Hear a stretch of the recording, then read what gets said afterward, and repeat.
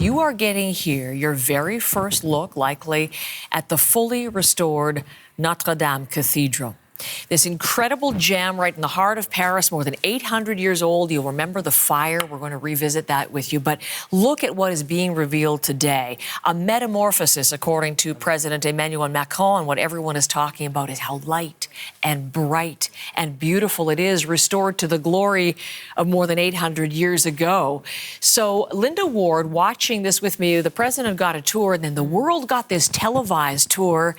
And it's just such a moment of joy, really, for people. Rising from the ashes, for sure. And what a beautiful restoration that they have done to that church over the course of 5.5 years. They gave them 5 years to do it. 5.5 is what it took. I think that's pretty good.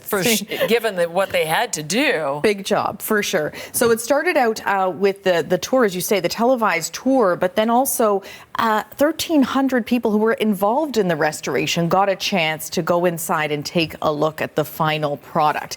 They went inside the nave, which is the large sort of area where the congregation would pray. And these are artisans, scaffolders, roofers, sculptors, painters, engineers. There they are outside.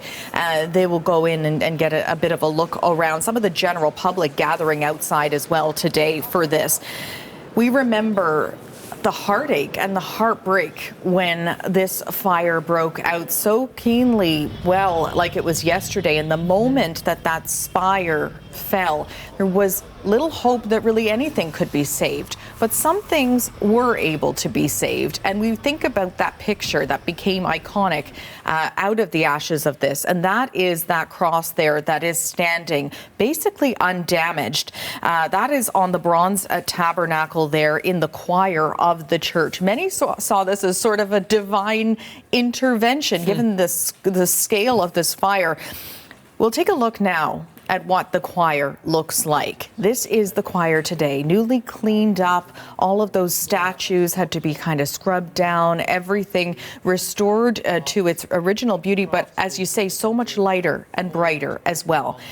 While the restoration was being done, the CBC's chief correspondent, Adrian Arsenault, did get a chance to speak with the lead on this restoration about the choir project itself.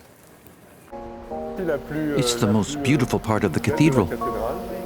Wow. And here everything is intact because the vaults held tight. We just had to clean them. We cleaned all the stones here. We restored the stained glass windows, which were taken down and put back up. And then we completely cleaned the grids. So interesting, because that's why people are saying, and the journalists who've been allowed in today, this is the glory not just 6 years ago. This is the glory of the church when it was first built, more than 800 years ago, because they've cleaned all of the stone and the beautiful stained glass as well. And I will say, Adrian's documentary, behind the scenes look at the restoration work, it is still available on the National's YouTube channel if you want to spend some time with her.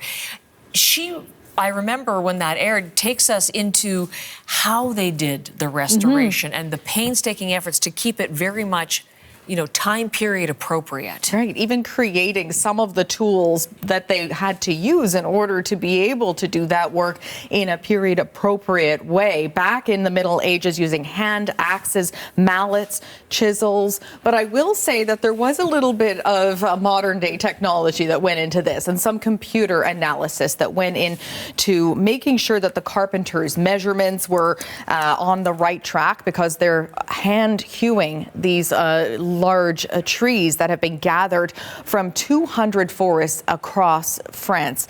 The official entry into this cathedral will happen on December 7th.